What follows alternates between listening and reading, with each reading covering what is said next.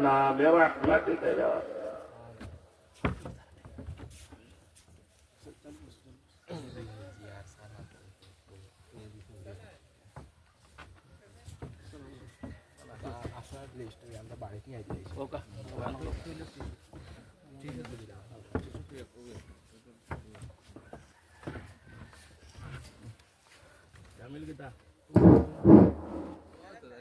মুআজ্জাজ হাজিরিন কেরাম, এ পর্যায়ে আপনাদের সামনে অত্যন্ত গুরুত্বপূর্ণ বয়ান পেশ করবেন আমাদের এলাকার কৃতি সন্তান হাফিজ মাওলানা কারি রায়হান আহমদ সাহেব দাওয়াত বারাকাতুহু।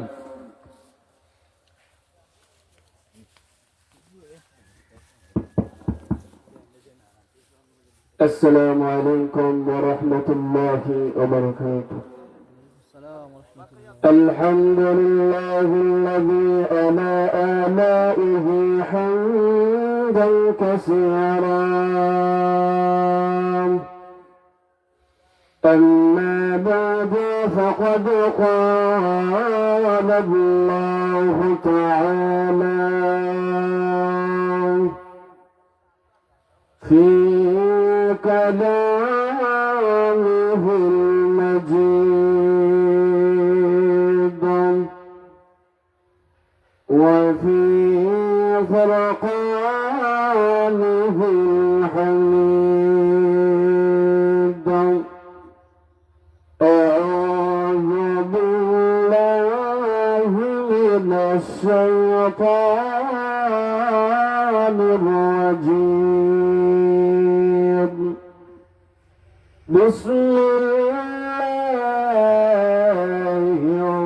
الرحمن الرحيم. محمد رسول الله والذين معه أشداء على الكفار رحماء بينهم تراهم ركعا سجدا يبتغون إلى آخر الآية. وقال النبي صلى الله عليه وسلم عن عمران بن حسين رضي الله عنهما يقول قال رسول الله صلى الله عليه وسلم خير أمتي قرني ثم الذين يلونهم ثم الذين يلونهم. قال عمران فلا أدري أذكر بعد قرنه قرنين أو ثلاثا. رواه البخاري. صدق الله العظيم. صلى الله على سيدنا ومولانا محمد وعلى آله وأصحابه وسلم. يا صاحب الجمال ويا سيد البشر من وجهك المنير لقد نور القمر بلغ العلا بكماله كشف الدجى بجماله حسنت جميع خصاله. صلوا عليه وآله. تدومت وآتس مجماله آتاك. تدومت وآتس مجماله آتاك. پس جان لگا نہ کوئی پہچان نہیں ہے. پس جان لگا نہ तेरी पहचान नहीं है। साहिल से लगा दे मुझे इश्क का सफीना, साहिल से लगा दे मुझे इश्क का सफीना, आंखों से दिखा दे इलाही मक्का मदीना, आंखों से दिखा दे इलाही मक्का मदीना। আলহামদুলিল্লাহ, আল্লাহ পাক রব্বুল আলামিনের অশেষ শুকরিয়া, যেই মহান সত্তা আমাকে এবং আপনাকে হাজারো কাজ থেকে যাচাই বাছাই করে জান্নাতি বরকতি ভাগালে কোরআন হাদিসের আলোচনা শোনার এবং করার মতো তৌফিক দান করেছেন। এজন্য অন্তরের অন্তঃস্থল থেকে কালিমাতুশ শুকরিয়া আদায় করি, বলি আলহামদুলিল্লাহ। এই যে কোরআনের একটা মজলিস, কেউ চাই অনেকে চেষ্টা করলেও মজলিস করাইতে পারে না, কারণ ভালো কাজ সবার দ্বারা হয় না। গান বাজনা এই যে মানুষ আয়োজন করায়, এই গান বাজনা এই নর্তকী গুলার গান শোনার জন্য, নর্তকী গুলার ড্যান্স দেখার জন্য মানুষ দেখবেন আগ থেকে জায়গাটা কোন চেয়ারে বসবে, সামান্য একজন প্লেয়ারের খেলা দেখার জন্য বা সিনেমা হলে গিয়ে ফিল্ম দেখার জন্য দেখবেন মানুষ সিরিয়াল ধরে সামনে থেকে কিভাবে দেখা যায় সিরিয়ালটা আগে পাইতে চেষ্টা করে। কিন্তু কোরআনের মজলিস শুরু হয়েছে আমাদের মসজিদে ইমাম সাহেবের হুজুরের দোয়ার মাধ্যমে, কিন্তু কয়েকজন সবাই বাড়িতে বসে আছে যে এখানে গিয়ে কি করব, ঢাকার হুজুর যখন আসবে তখন যাব বয়ান শুনবো, আর এলাকার এরা তো কি বয়ান করবে, এরা তো আমাদের এলাকারই সন্তান। মনে করি যে বাড়িতে বসে ওয়াজ শুনতেছি, তাহলে এই প্যান্ডেল করার দরকার কি? আল্লাহ রসুল বলেন নাযালাত আলাইহিমুস সাকিনা, এই মাহফিলের ভিতরে চারিপাশে আল্লাহর রহমতের ফেরেশতা থাকেন, আর নাযালাত আলাইহিমুস সাকিনা, আল্লাহর পক্ষ থেকে সাকিনা নাজিল হয়। সুবহানাল্লাহ। বাড়িতে বৈশা লেফের তলে বৈশা বৈশা ওয়াজ শুনলে এইরকম সওয়াব পাইবেন না। আবার এইটাও মনে করেন না যে যে হুজুর বলছে মজলিসে গিয়ে ওয়াজ শোনার জন্য, এখন যদি মহিলারা ভাবে যে আমরাও চলে যাই, না, মহিলাদের কথা বলছি না, বলছি পুরুষের কথা। কারণ মহিলারা তো থাকবে পর্দার আড়ালে, তাদের পর্দাই তো আসল, তারা গোপনে থাকবে, লুকায় যে জিনিস ওই জিনিসের দাম থাকে, বাইরা যেটা সচরাচর দেখা যায় ওই জিনিসের দাম থাকে না। একটা খোলা মনে করেন এই যে খুশার ভিতরে আছে দাম থাকে, আর খুশার ভিতর থেকে যখন বাইর হয়ে যায় দেখবেন মশা মাছি এগুলোর মধ্যে লেগেই আছে। কারণ কি, এই যে পর্দা থেকে চলে আসছে, তার যে খুশাটা উঠে গেছে তার দাম থাকে না। ঠিক তদ্রুপ ভাবে আল্লাহ তাআলা নারীদেরকে পর্দার মাধ্যমে সৌন্দর্য রেখেছেন। নারী সৌন্দর্য হলোই পর্দার মাধ্যমে। কিন্তু অনেক দেখা যায় এই যে বাজার বসছে, দেখবেন জোহরের পর থেকে মহিলারা লাইন ধরা শুরু করছে, এই বাজারে যায়। ওয়াজের উদ্দেশ্য কি? বাজার বসার জন্য। কিন্তু আজকে আমরা ওয়াজটাকে বানাই লাইছি বাজারে লাগিয়া, ওয়াজ করলাম আর ওইদিকে আমরা বাজারের দোকান বইলাম, আর নারী পুরুষ অবাধে মিলামেশা সেখানে গিয়ে অনেক আড্ডাই আর কি হয়। এখানে ওলামায়ে কেরাম আসবেন, এই কথাগুলো বলছি, অনেকে হয়তো খারাপ ভাববে যে হুজুর এরকম কথা কেন বলে। এলাকার মানুষ এরকম বলার দরকারই থাকে। এলাকার মানুষ আগে নিজের এলাকাকে ঠিক করতে হবে, দাওয়াত পৌঁছাতে হবে সবার মাধ্যমে। তো আমার পাশে উপস্থিত উনি সব সময় সব জায়গায় আলোচনা করেন, আমার এক মায়ার মানুষ, আবার সহপাঠীও। তো সহপাঠী বলতে কিভাবে, আমি যখন বার্তগলা মাদ্রাসায় হিফজ পড়েছিলাম 20 থেকে 30 পারার ভিতরে সবক ছিল, তখন উনি দাওরা হাদিস দিছেন। তাহলে সহপাঠী হলে উনি আমার সব দিকে বড় ভাই, সম্মানের পাত্র। উনি চক্রিয়া এক মসজিদের ইমাম ও খতিব আছেন, দাড়িপাতন মাদ্রাসার সম্মানিত শিক্ষক। তো উনি বয়ান করবেন, উনার বয়ান শুনবেন। আমি তো আসছি এখানে আমার দোয়া নেওয়ার জন্য, বলছেন যে সামান্য কিছু কথা বলার জন্য, তাই বসলাম। তো আমি আপনাদের সামনে ডেকোরেশনের বাইরেকে লক্ষ্য করে বলছি যে রিভাবটা একটু বাড়িয়ে দেন। তো আমি আপনাদের সামনে সূরা ফাতাহের শেষ আয়াতটা তিলাওয়াত করেছি এবং বুখারী শরীফের এখানে হাদিস পেশ করেছি। তিলাওয়াতকৃত আয়াত এবং হাদিসকে সামনে রেখে অত্যন্ত নিষ্ঠার সাথে আল্লাহ যেন আমাকে ইখলাসের নিয়তে কিছু কথা বলার এবং আপনাদেরকে আমলের নিয়তে শোনার মতন তৌফিক দান করেন। ওয়া মা তাওফীকি ইল্লা বিল্লাহ। আমি আপনাদের সামনে যে আয়াত তিলাওয়াত করছিলাম, এই আয়াতের উদ্দেশ্য হলো সাহাবায়ে কেরামের মর্যাদা, জীবন আদর্শ। সাহাবী কাকে বলা হয়?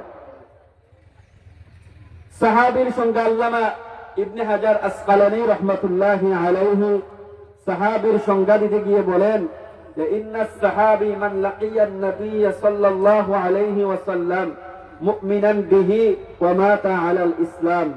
সাহাবী সেই ব্যক্তি যিনি রাসূল সাল্লাল্লাহু আলাইহি ওয়াসাল্লামের প্রতি ঈমান সহকারে তার সাক্ষাৎ লাভ করেছেন এবং ইসলামের উপর ইন্তেকাল করেছেন। অর্থাৎ ঈমানের সাথে রাসূলের সাক্ষাৎ হয়েছে। ঈমানদার তো তারাই যারা রাসূলের সাক্ষাৎ পাবে। তো ঈমানের সাথে সাক্ষাৎ করেছেন, আবার রাসূল ঈমানের অবস্থায় মৃত্যুবরণ করছেন, তাদেরকে সাহাবী বলা হয়। সাহাবায়ে কেরামদের মর্যাদা অপরিসীম। কোন মানুষ তাদের যত বড়ই বুজুর্গ হোক না কেন সাহাবায়ে কেরামদের দ্বারে কাছে যেতে পারবে না। যেমন আল্লাহর রাসূল সাল্লাল্লাহু আলাইহি ওয়াসাল্লাম আমার তিলাওয়াতকৃত হাদিসের মধ্যে বলেন আন ইমরান ইবনে হুসাইন রাদিয়াল্লাহু তাআলা আনহুমা قال يقول قال رسول الله صلى الله عليه وسلم خير امتي قرني ثم الذين يلونهم ثم الذين يلونهم। আমার উম্মতের সর্বশ্রেষ্ঠ যুগ আমার যুগ, তার পরবর্তী যুগ তার পরবর্তী যুগ। সাহাবী তাহাবী তবে তাহাবী উনাদের মর্যাদা, কিন্তু বড় বড় গোস কুতুব বিল্লাহ সাহাবীদের পায়ের দুলার সমান হবে না। আজকে দেখা যায় সাহাবীদেরকে নিয়ে মন্দ মন্তব্য করে, বাজে মন্তব্য করে। আল্লাহ রাসূল সাল্লাল্লাহু আলাইহি ওয়াসাল্লাম হাদিসের মধ্যে বলেন কান ইবনে উমর, ইবনে মাজাহ শরীফের 162 নম্বর হাদিস, কান ইবনে উমর ইয়াকুলু লা তাসুব্বু আসহাবি মুহাম্মাদান ফালা মুকামু আহাদিহিম সাআতান খায়রুম মিন আমালিন আহাদিকুম উমর। ইবনে মাজাহ শরীফের হাদিস, ইবনে উমর রাদিয়াল্লাহু তাআলা থেকে বর্ণিত। তিনি বলেন লা তাসুব্বু আসহাবি, আল্লাহর নবী বলেছেন তোমরা আমার সাহাবীদেরকে গালি দিও না, গালমন্দ করো না। ফালা মুকামা আহাদিহিম সাআতান, তাদের একটা মুহূর্তের আমল খায়রুকুম মিন আমালিন আহাদিকুম উমরাহু, তোমাদের সারা জীবন যে আমল করবে সাহাবায়ে কেরামের এক মুহূর্তের আমল তোমাদের সারা জীবনের চাইতে আরো উঠবে, আরো সম্মান, আরো ফজিলত, মর্যাদা পূর্ণ। সুবহানাল্লাহ। তো সাহাবায়ে কেরামদের মর্যাদা অপরিসীম। সাহাবী কাদেরকে বলা হয় আগে বলছিলাম, যারা ঈমানের অবস্থায় রাসূলকে দেখেছে, রাসূলের সাহচর্য লাভ করেছে, তাদেরকে সাহাবী বলা হয়। সাহাবী শব্দটি আসহাবাতুন থেকে উদ্গত, ওটা হলো সঙ্গী সাথী। তো সাহাবায়ে কেরামের মর্যাদা এমন, সাহাবায়ে কেরাম সত্যের মাপকাঠি। আল্লাহ রাসূল সাল্লাল্লাহু আলাইহি ওয়াসাল্লাম বলেন আসহাবী কান নুজুম বিআইয়িহিম ইক্তাদাইতুম ইহতাদাইতুম। আসহাবী কান নুজুম, আমার সাহাবীরা হলো তারকার মতো। কান নুজুমি, নুজুমুন বলা হয় তারকা, আর কান নুজুম, নুজুমুন এটা নাজমুনের বহু বচন, নুজুমুন, যে আমার সাহাবী হলো তারকার মতো। বিআইয়িহিম ইক্তাদাইতুম, যারা তাদের অনুসরণ করবে, ইহতাদাইতুম, তারা হেদায়েত প্রাপ্ত হবে। তো শিয়ারা এরা সাহাবায়ে কেরামদেরকে সত্যের মাপকাঠি মানে না।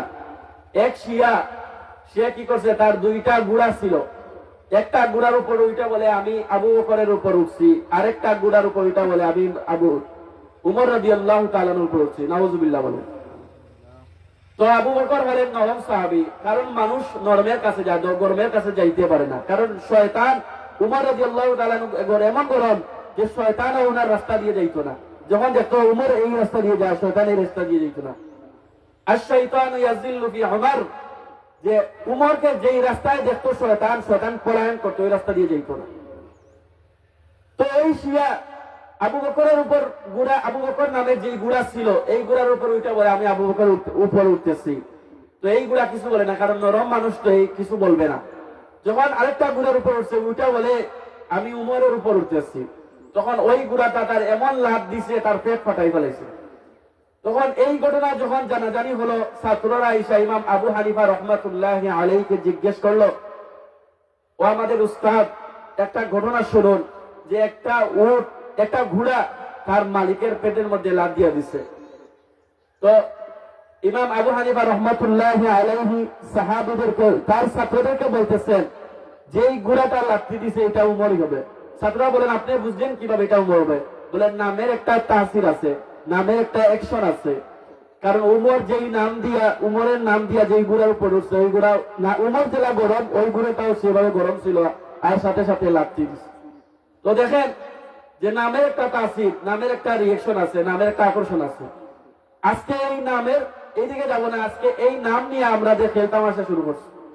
সন্তান যখন জন্মগ্রহণ করে তার 3টা প্রাপ্য আছে, এর মধ্যে কয়েকটা পাওনা আছে, এর মধ্যে একটা হলো সুন্দর নাম রাখা। আল্লাহ রসুল বলেন যে সন্তানের সুন্দর নাম হবে, কাল কিয়ামতের কঠিন ময়দানে মহান আল্লাহ ওই নামের বদলতে ওই বাবা মাকে মাফ করে দিবে। আজকে দেখা যায় যখন ছেলে সন্তান হয় তার ছেলের নাম রাখার জন্য তো আসবে ইমাম সাহেবের কাছে, পয়লা নিজেরা পরামর্শ করবে, পরে আসবে ইমাম সাহেবের কাছে, আসা বলবে হুজুর আমার একটা ছেলের নাম রাখেন। তো ইমাম সাহেব বলবে আব্দুল জব্বার, আব্দুল গফফার, এরকম নাম বলবে, আব্দুল সত্তার, বলে এগুলো নাম পছন্দ না, কারণ এগুলো তো বুড়া মানুষের নাম, এগুলো আমার নাম, আবার বুড়া নাম রাখলে সব লাগে আমার অবস্থায়, এগুলো হলো বুড়া মানুষের নাম, পছন্দ হয় না। কিন্তু কত সত্তার সুন্দর নাম, আব্দুল সত্তার, আব্দুল গফফার, মানে আব্দুল গফফার হলো ক্ষমা প্রার্থনাকারী, মাফকারী, আব্দুর রহমান রহমওয়াল। কিন্তু এই নামগুলো পছন্দ হয় না। পছন্দ হয় কি একটা ডিজিটাল নাম রাখা দেন, বেবি, টেম্পু, ইন্টার ডিস্ট্রিক্ট, এইগুলো নাম রাখে। পাপ্পু রাখে, পাপ্পু মানে কি কুকুর ছানা, বিলাই ছানা, ক্যাট মানে বিলাই ছানা। পাপ্পু যদি কুকুর ছানা হয়, অনেকে তার সন্তানের নাম রাখে পাপ্পু। বাপ্পিও রাখে, বাপ্পি মানে একটা কুকুরের বাচ্চা। চিন্তা করেন, মানুষ যদি হয়, মানুষের সন্তানের যদি যদি পয়লাও কুত্তার বাচ্চা বানাইলা, তাহলে এটা মানুষের বাচ্চা হইব কোন দিন?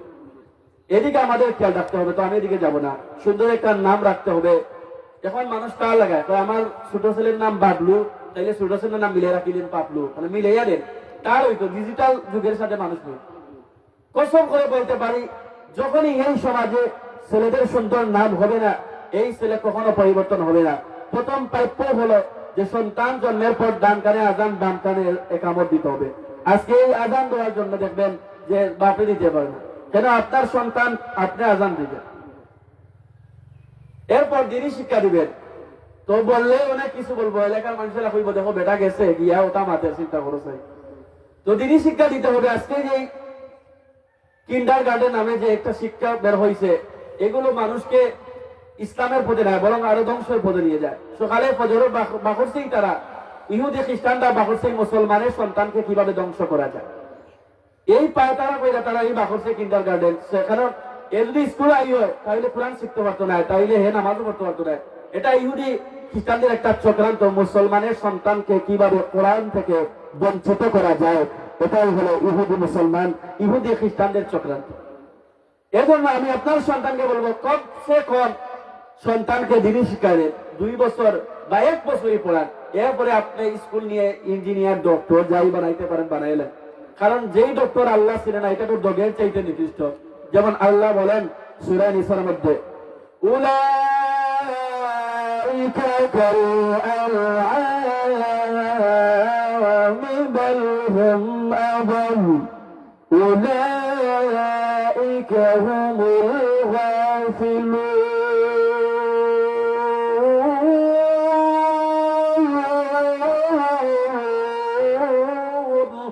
আল্লাহ বলেন উলাইকা কাল আনআম, এরা চতুষ্পদ জন্তুর ন্যায়, বাল হুম আযাল।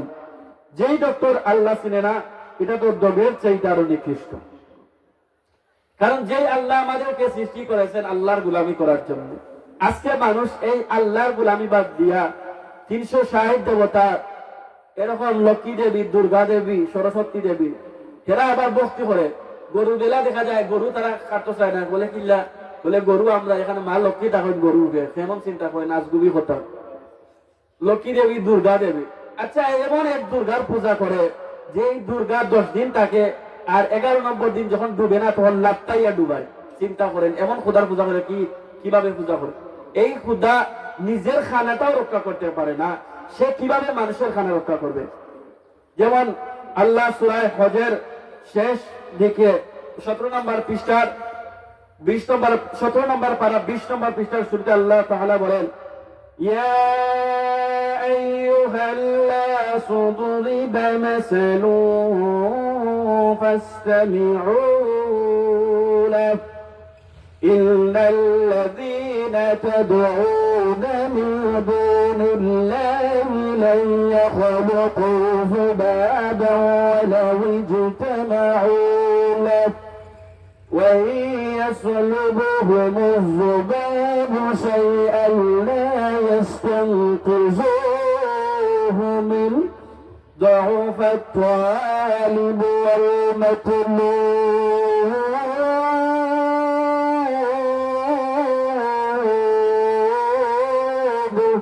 আল্লাহ বলেন ইয়া আইয়ুহান নাস, হে মানুষ সকল, দুরিবা মাসালুন ফাসতামিউ লা, একটা মাসির দৃষ্টান্ত পেশ করেছি, ফাসতামিউ লা, তোমরা মনোযোগ সহকারে শ্রবণ করো।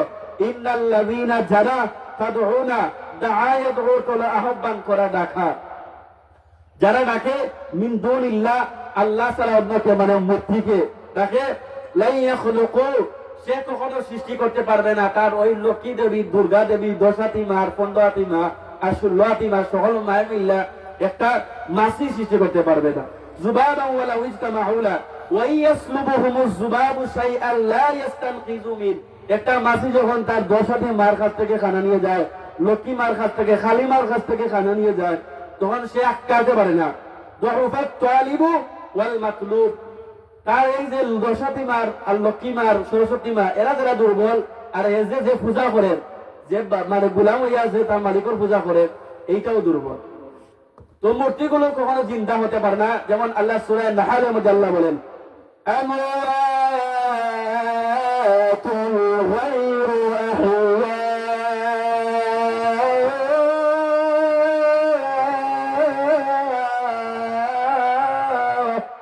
আল্লাহ বলেন আমওয়াতুন গায়রু আহইয়া, এগুলো মুর্দা, জিন্দা নয়।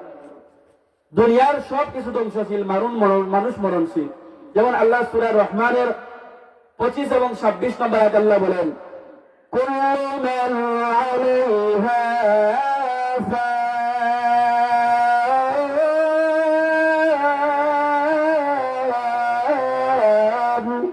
ওয়া ইয়াবকা ওয়াজহু রাব্বিকা যুল জালালি ওয়াল ইকরাম।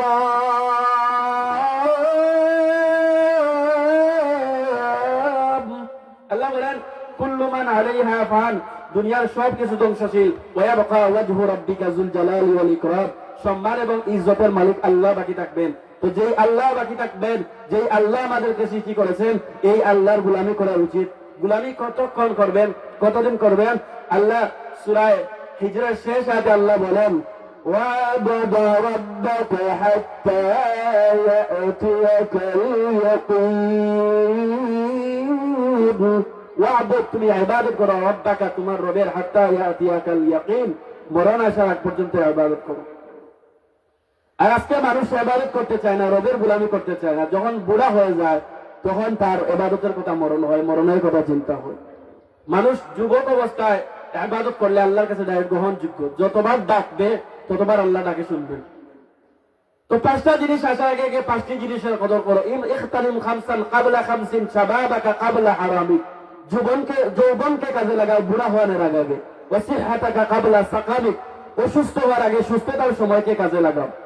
ওয়া ফিরাগাকা ক্বাবলা শুগলিক, ব্যস্ত হওয়ার আগে অবসর যে সময় আছে এই সময়কে কাজে লাগাও। ওয়া হায়াতাকা ক্বাবলা মাউতিক, মরণ আসার আগে জীবনকে, জীবিত যে অবস্থা আছো এই হায়াতকে কাজে লাগাও। কারণ মানুষ এই বুড়া হওয়ার সময় মানুষের ইবাদত করার কথা মনে হয়, যৌবন অবস্থায় আল্লাহ ডাকে না। যত ফাম, যত রাহাজানি, যত সুদ ঘুষ যা আছে সবকিছু যৌবন অবস্থায় করে, আর বুড়া হইলে তওবা করে। এটা একটা ফাইজলামি। অনেকে দেখা যায় যে মরার সময় মসজিদের ইমাম সাহেবকে নিয়ে যায়, নিয়ে তওবা করায়। ও আমাকে নিছিল কয়েকদিন আগে, তার দাদির ইন্তেকালের সময়। আমি দেখে মনে মনে হাসতেছি, পরে মহিলা আর জীবন ঘুরাইছে, আর এখন মরণের সময় তওবা করার সময়। এটা একটা তওবা না, এটা একটা ফাইজলামি। মরণের সময় কিসের তওবা? তওবা করতে হবে আপনি প্রত্যেক সময়, যে সময় আসলে ওই সময় তওবা করবেন। যেমন আল্লাহ রাসূল বলেন ইন্নাল্লাহা ইয়াকবালু তাওবাতাল আবদি মা লাম ইউগারগির, গরগরা অবস্থায় সাকরাতের টাইম আল্লাহ তওবা কবুল করেন। আর আমরা আজকে তওবার পেশা বানাইছি, যখন বেটির জান যায়, বেটার জান যায় অবস্থা, তখন নিয়ে ইমাম সাহেব নিয়ে তওবা করে। এটা একটা ফাইজলামি। ফাইজলামি ছাড়া আর কিছু না। তওবা করার সময় তওবা করছে না, এখন তওবা করিয়া কি করবে? এগুলো দৃশ্য দেখলে হাসি পায়। মানুষ আজকে হাসি তামাশার বানাই দিয়েছে তওবা বিষয়ে। অথচ আল্লাহ রাসূল বলেন আত-তাইবু মিনাজ যামবি কামান লা যামবালা। মিশকাত শরীফের হাদিসে আছে, ইবনে মাজাহ শরীফের হাদিসে আছে, যে ব্যক্তি তওবা করবে যেন সে গুনাহ করেনি, কামান লা যামবালা। আল্লাহ রাসূল আর হাদিসের মধ্যে বলেন কুল্লু বানি আদম খাত্তাউন ওয়া খায়রুল খাত্তাইন আত-তাওয়াবুন। প্রত্যেক বনি আদম গুনাহকারী, ভুল করবে। ওয়া খায়রুল খাত্তাইনা তাওয়াবুন, আর যারা তওবা করবে তারাই শ্রেষ্ঠ। আজকে তওবা করতে চায় না। তো গত 2 মাস আগে দেখলাম যে মুনাজাত চলতেছে, আর পাশের এমপি বৈশা, এটা তো পাগল, পাগল না হলে এরকম করে না। সে বলে কি, আপনারা যখন মুনাজাত করেন আমি তখন আমিন বলতে পারি না, আমার কেন শরম হয়, কারণ আমি কোনো গুনাহ করছি না, আমার দ্বারা কোনো গুনাহ হয়েছে না। তাই এমন সুফি, এমন দরবেশ যে তাই না গুনাহ করছেন না। অথচ আল্লাহ রাসূল হাদিসের মধ্যে বলেন, কুল্লু বানি আদম খাত্তাউন ওয়া খায়রুল খাত্তাইনা তাওয়াবুন, প্রত্যেক বনি আদম গুনাহ করে, হর ইনসান গুনাহগার হয়, আর আল্লাহ কি আদত মাফ করতে হয়। মানুষ ভুল করবে, মানুষ গুনাহ করবে, এটা স্বাভাবিক। মানুষ গুনাহ না করলে আল্লাহ ফেরেশতা সৃষ্টি করলেন না। দুই দিকে যাব না। তো সাহাবায়ে কেরামের মর্যাদা এমন, ভাইরা আমার লক্ষ্য করে দেখো, সাহাবায়ে কেরাম নিজের জীবন বিসর্জন দিয়েছেন ঈমান থেকে একটু সরেননি। লক্ষ্য করে দেখেন আল্লাহ নবীর সাহাবী হযরত বিলাল রাদিয়াল্লাহু আনহু, উনি ইসলাম গ্রহণ করার কারণে ওনাকে অনেক নির্যাতন করেছে, অনেক ষড়যন্ত্রণা দিয়েছে, এরপরে ঈমান ছাড়েন নাই। উমাইয়া ইবনে খালিফ মুসলমানদের একজন চরম দুশমন। বিলাল রাদিয়াল্লাহু তাআলা আনহুর মালিক ছিলেন। বিলাল রাদিয়াল্লাহু তাআলা আনহুকে বলে, আরে বিলাল, তুমি ঈমান থেকে খারিজ হয়ে যাও, ঈমান ছাড়ো, না হলে তোমাকে যন্ত্রণা দিব, শাস্তি দিব। বিলাল রাদিয়াল্লাহু তাআলা আনহুকে জোর করে ঈমান ছাড়েন নাই। এবার বিলাল রাদিয়াল্লাহু তাআলা আনহুকে প্রচন্ড গরম মরুভূমির মধ্যে নিয়ে যায়। বিলাল রাদিয়াল্লাহু তাআলা আনহুকে মরুভূমির মধ্যে শুয়াইয়া রাখে। বাইরে আমার যখন গরম হয়ে যায়, গরমের সময় দেখবেন বাড়ির ছাদের ভিতরে টিকা সম্ভব হয় না, কিন্তু ওই গরমের মধ্যে, গরম মরুভূমির মধ্যে বালুকের মধ্যে বিলালকে রেখেছে, বিলালকে যন্ত্রণা দিচ্ছে। বিলাল খালি বলে, আহাদ আহাদ আল্লাহু আহাদ আল্লাহু আহাদ, আল্লাহ আল্লাহ। বাইরে আমার বিলাল রাদিয়াল্লাহু তাআলা আনহু অনেক যন্ত্রণা দিয়েছে, কিন্তু এরপরে ঈমান ছাড়েন নাই। আরেকজন সাহাবী যার নাম হলো আব্দুল উজ্জা, গভীর রজনীতে আল্লাহর নবী বিশ্বনবী রাহমাতুল লিল আলামিন হুজরা শরীফ থেকে বের হয়েছেন। একজন সাহাবী আল্লাহর নবী বিশ্বনবী রাহমাতুল লিল আলামিনকে সালাম দিচ্ছে। আল্লাহর নবী বলেন, কে তুমি এত গভীর রজনীতে আমাকে সালাম দিচ্ছ? এবার সাহাবী তখন বলে, ইয়া রাসূলুল্লাহ, ইয়া হাবিবাল্লাহ, আমার নবীজি, আমি আপনার ওই সাহাবী যার নাম হলো আব্দুল উজ্জা, আপনি আমার নামটা পরিবর্তন করে আব্দুল্লাহ রেখেছেন, আমি সেই আব্দুল্লাহ। আল্লাহ নবী তখন বলেন, এ আব্দুল্লাহ, আমার এই আব্দুল্লাহ তো ধনী ব্যবসায়ী ছেলে, ব্যবসায়ীর ছেলে, সকাল বিকাল কাপড় পরিধান করে আসতো। আজকে দেখা যায় গায়ের মধ্যে কোনো কাপড় নাই, গায়ের মধ্যে কোনো কাপড় নাই, সামান্য একটা ছোট কাপড় দিয়ে শরীরকে ঘুরে রেখেছে, কোন রকম লজ্জাস্থান রেখে গেছে। তোমার এই অবস্থা কেন? এবার সাহাবী তখন আল্লাহর রাসূলকে বলল, এবং আমি কেন আপনার দরবারে এসে যাওয়া করি? আমার মা আমাকে বলেছে, আমার চাচা আমাকে বলেছে, আব্দুল্লাহ, মুহাম্মাদের দরবার ছেড়ে দে, আর না হয় তোকে বাড়ি ছেড়ে দিতে হবে। আমি জানাই দিয়েছি, চাচা, প্রয়োজনে আপনার বাড়ি কেন তামাম পৃথিবী ছেড়ে দিতে রাজি, কিন্তু একটা মুহূর্তের জন্য বিশ্ব নবীর দরবার আমি ছেড়ে দিতে রাজি না। ও আব্বাজান, আজকে যদি আমি আমার বাড়ির বয়ে, আমার সম্পদের মুখে পড়া আমি যদি মুহাম্মাদের দরবার ছেড়ে দেয়, ঈমান ছেড়ে দেয়, তাহলে কিয়ামতের ময়দানে আমি আল্লাহর কাছে কি নিয়ে দাঁড়াবো? বাইরে আমার লক্ষ্য করে দেখুন, সাহাবীর ভিতরে কেমন ঈমান ছিল, সাহাবায়ে কেরাম কেমন রাসূলের আশিক ছিলেন, তাদেরকে রাসূলের আশিক বলা হয়। কিন্তু আজকে একদল লোক আছে, আশিক দাবি করে ঠিকই, কিন্তু প্রকৃত এরা আশিক না। এরা আশিক না, এরা হলো আশিকে জুলাবি। নবীজির ব্যানার টাঙ্গাইয়া, মিলাদুন নবীর নামে ব্যানার টাঙ্গাইয়া যে স্লোগান দে, আর জিলাপি আর মিষ্টি বিতরণ করিয়া যে নিজেদেরকে সুন্নি পরিচয় দিতে চায়, এটা সুন্নি না। এটা সুন্নি নামে তামাশা করতেছে, কারণ সুন্নতের লেশ মাত্র এদের ভিতরে দেখা যায় না। এটা আবার কিসের সুন্নি? সুন্নি হতে হলো সুন্নতওয়ালা, কিন্তু এই সুন্নত এদের মধ্যে পাবে। দেখবেন দাড়ি ছাড়তেছে, কাপড়ের মধ্যে দেখবেন কত রকমের ডিজাইন, ফুলের সাদা সুদা পোশাক পছন্দ করে না, এরা কি পোশাক গ্রহণ করছে। তো একদল আশিক নবীজির ভালোবাসার প্রেমিক প্রমাণ করে, আর মিলাদুন নবী নামে র্যালি দিয়ে জিলাপি খায়, এরা মূলত জিলাপি খাওয়ার আশিক, নবীর আশিক না। কারণ আমাদের এই অবস্থা দীক্ষা এক কবি কবিতা বানাইছে। কবিতা হলো, রবিউল আউয়াল মাস আসলে নবী আপনার গুণগান গাই, রবিউল আউয়াল মাস গেলে পরে নবী গো আমরা আপনাকে ভুলে যাই। মিছিল করি, মিটিং করি, জশ্নে জুলুস করি, আরো কত সেমিনার করি, আরো কত সিল্লি খাই।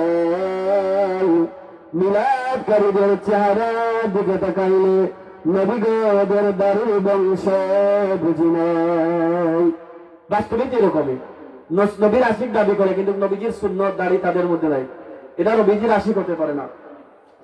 তো এই সাহাবী আল্লাহ নবীকে বলল আমার এই করুণ অবস্থা। আল্লাহ নবী তখন বলেন, এই সাহাবী তোর কোন আকাঙ্ক্ষা আছে কি বল। সাহাবী তখন বলে, ইয়া রাসূলুল্লাহ, ইয়া হাবিবাল্লাহ, নবীজি আমার একটা আকাঙ্ক্ষা আছে। আপনি না বলেছেন শাহাদাতের মরণ হলে মৃত্যুর কষ্ট হয় না? নবীজি আপনি না বলেছেন শাহাদাতের মরণ হলে কিয়ামতের ময়দানে কোনো হিসাব হয় না? নবীজি আপনারা বলেছেন শাহাদাতের মরণ হইলে জান্নাতি হয়ে যায়। তখন আল্লাহ নবী তার জন্য দোয়া করলেন। সে বলল, নবীজি আপনি আমার জন্য দোয়া করুন, মহান আল্লাহ যেন আমাকে শাহাদাতের মর্যাদা লাভ করেন। এবার নবীর দোয়া কেমন কবুল। তাবুকের যুদ্ধ হয়ে গেল, তাবুকের যুদ্ধ গেলেন, যুদ্ধ করে ফিরে আসলেন। আসার পথে হযরত জুবাইর রাদিয়াল্লাহু আনহু তিনি অসুস্থ হয়ে গেলেন। অসুস্থ হওয়ার পর পথের মধ্যে মৃত্যুবরণ করেছেন। আল্লাহ নবী বিশ্ব নবী রাহমাতুল লিল আলামিন সাহাবীদেরকে বলছেন, রে আমার সাহাবীরা, যাও আমার আব্দুল্লাহর লাশটাকে গোসল করাও, জানাজার নামাজের ব্যবস্থা করো। আমি রাসূল নিজেই তার জানাজার নামাজ পড়াবো। লাশ গোসল করানো হলো, কাফন পরানো হলো। এবার যখন জানাজার নামাজ পড়িয়া যখন কবরের দিকে নেওয়া হয়, আল্লাহ নবী তখন ডাক দেয়া বলেন, সাহাবীরা তোমরা কেউ নামবে? আমি রাসূল নিজেই তার কবরে নামবো। এবার আল্লাহ রাসূল যখন কবরের মধ্যে নামলেন, নামিয়া বলেন, লাশটা আমার কাছে দাও। লাশ যখন আল্লাহ নবীর কাছে দেওয়া হলো, আল্লাহ নবী তখন দোয়া করলেন, আমার আব্দুল্লাহকে আপনার কোলে হাওলা করলাম, আপনি তার উপর রহম করুন। এবার আল্লাহ নবী যখন দোয়া করছেন, সাহাবায়ে কেরাম কান্না করতেছেন। বিশেষ করে একজন সাহাবী সাদ ইবনে আবি ওয়াক্কাস রাদিয়াল্লাহু আনহু, উনি বলেন, রে আব্দুল্লাহ, এই লাশটা তোর না হইয়া যদি আমার হইত রে, আমার কত বড় ভাগ্য ছিল যেখানে আল্লাহ নবী বলেছেন সাদ জান্নাতি, আব্দুল্লাহ জান্নাতি। বাইরে আমার এভাবে অসংখ্য বলে না, সারাদিন বললেও শেষ হবে না। আরেকজন সাহাবী নিজের সন্তানের চিন্তা করেন নাই, যুদ্ধের জন্য চলে গেলেন, যার নাম হলো বাসির ইবনে উকবা রাদিয়াল্লাহু আনহু। আল্লাহ নবীর যুদ্ধের জন্য চলে গেলেন, উনার সন্তানকে উনি বাড়ির মধ্যে তালা মেরে চলে গেলেন, জিহাদের ময়দানে চলে গেলেন। এবার জিহাদ কইরা উনি শহীদ হয়ে গেলেন। উকবা রাদিয়াল্লাহু আনহু যুদ্ধের ময়দানে শহীদ হয়ে গেলেন। এবার বাশির উকবার সে বশির আসতেছে বাড়ির কাছে, বাড়ির দিকে আসতেছে, আল্লাহ নবীর কাছে আসে। আল্লাহ নবীকে এসে বলতেছে, ওগো আল্লাহ নবী, ও আল্লাহ নবী, আমার আব্বা কোথায়? আল্লাহ নবীর কাছে যখন এই কথা বলছে, আল্লাহ নবী যখন কোনো জবাব দিতে পারলেন না, আল্লাহ নবী একবার এদিকে মুখ ঘোরায়, আবার অন্যদিকে মুখ ঘোরায়। যখন বারবার জোরাজুরি করে, ওগো আল্লাহ নবী, আমার আব্বা কোথায়? উনি একবারও আমার চিন্তা করলেন না। আমার যে আম্মা নাই, আমি কার কাছে থাকবো, কাকে নিয়ে থাকবো? আমার যে রাত্রি হলে আমাকে কে নিয়ে কুলে ঘুমাবে? আমার আব্বা যে আছেন উনি আমাকে নিয়ে ঘুমাইতেন, এখন আমার আব্বা নাই। যখন বারবার এই মাসুম ছেলেটা আল্লাহর বিশ্ব নবী রাহমাতুল লিল আলামিনকে জোরে জোরে করছে, এমনি আল্লাহ নবী ডাক দিয়ে বলেন, ওরে বাসির, কান্দিস না, তোর আব্বা চলে গেছেন তো কি হয়েছে? আজ থেকে বাকি জীবনের জন্য আমি বিশ্ব নবী তোর মা বাবা হয়ে গেলাম, আর আম্মা জান আয়েশা তোর বাবা, তোর আম্মা হয়ে গেলেন। সুবহানাল্লাহ। নবীর সাহাবীরা কেরাম তো এমন ছিলেন যে নিজের জীবনকে উৎসর্গ করেছেন নবীর মহব্বতে। কিন্তু আজকে অনেক মানুষ আছে যে নবীকে নিয়ে গালাগালি করে, নবীকে গালি দেয়। অথচ আল্লাহ রাসূল বলেন আল্লাহ আল্লাহ ফি আসহাবি লা তাত্তাখিযুহুম গরাদাম মিন বাদি ফামান আহাব্বাহুম ফাবিহুব্বি আহাব্বাহুম ومن أبغضهم فببغضي أبغضهم ومن أذاهم فقد أذاني ومن أذاني فقد أذى الله ومن أذى الله فيوشك أن يأخذه। সহিহ ইবনে হিব্বানের 7255 নম্বর হাদিসের মধ্যে আল্লাহ রাসূল বলেন, আব্দুল্লাহ ইবনে মুগাফফাল রাদিয়াল্লাহু তাআলা থেকে বর্ণিত, আল্লাহর নবী বলেন আল্লাহ আল্লাহ তোমরা ভয় করো ফি আসহাবি লা তাত্তাখিযুহুম গরাদাম মিন বাদি, তোমরা আমার সাহাবীদেরকে গালমন্দ করো না, তাদের প্রতি ক্ষুদ্রতন্য করো না, রাগান্বিত হয় না।